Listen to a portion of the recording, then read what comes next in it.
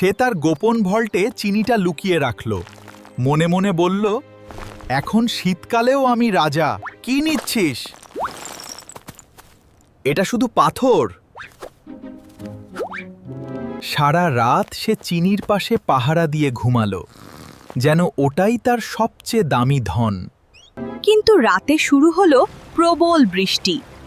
পিঁপড়াপুরে পানি ঢুকে সবাই বিপদে পড়ল। কিপটু দেখল তার প্রিয় চিনির দানা পানিতে গলতে শুরু করেছে। সে চিৎকার করে উঠল। সে একা একা তুলতে গেল, কিন্তু এত বড় চিনি একা নিয়ে ওঠা অসম্ভব। ঠিক তখনই কিপটুর চিৎকার শুনে বুল্টু আর তার দল ছুটে এলো। সবাই মিলে হাত ধরে লাইন বানালো। বুল্টু বলল, চিনি ছাড়, আগে জীবন বাঁচা। কিপটু চোখ ভিজে চিনিটা ছেড়ে দিল আর শক্ত করে ধরল বন্ধুর হাত।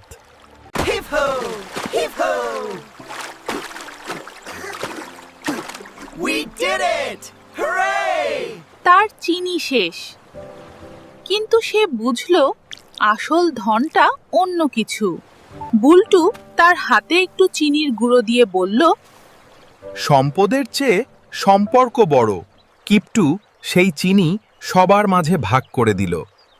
প্রথমবার তার মন ভরে গেল। সম্পর্ক বড়। এরপর থেকে খাবার পেলেই সে চিৎকার করে বলতো, সবাই এসো। তার পুরনো ভল্ট এখন মিউজিয়াম। সবাই সেখানে গিয়ে হাসে আর গল্প করে। যে কিপটু একা চলতো, সে এখন বন্ধুদের সাথে কাঁধে কাঁধ মিলিয়ে হাঁটে। সবাই মিলে খাওয়ার আনন্দ যে কত বড় কিপটু তখন বুঝল। সে ডায়েরিতে লিখল, সবচেয়ে মিষ্টি জিনিস হলো বন্ধুদের সাথে ভাগ করে খাওয়া।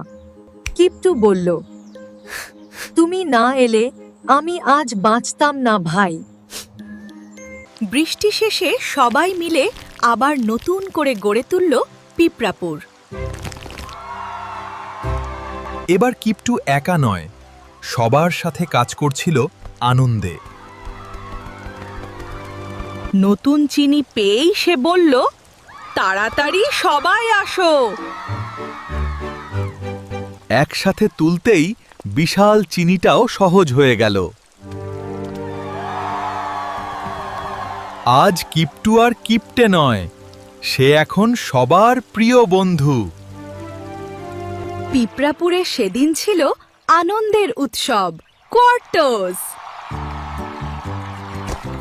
ছোটদেরও সে শেখাতো, ভাগ করলে খাবার কমে না, ভালোবাসা বাড়ে। বুল্টু হাসল, এবার তুই সত্যি বদলে গেছিস।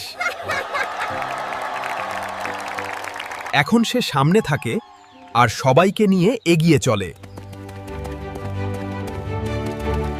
কিপটেমি হেরেছে, জিতেছে বন্ধুত্ব আর ভালোবাসা।